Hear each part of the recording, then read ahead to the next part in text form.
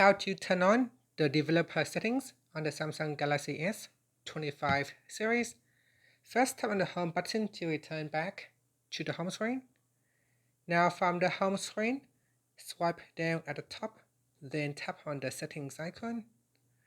Next, in settings, we scroll down to the bottom, then tap on about phone.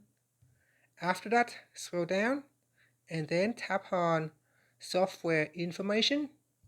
Now we go down and tap on build numbers 7 times. So tap on it 7 times like this. Let's go. 1, 2, 3, 4, 5, 6, 7. And that's it. Once it's you tap on it 7 times, just tap on the pin to confirm. Then tap on continue.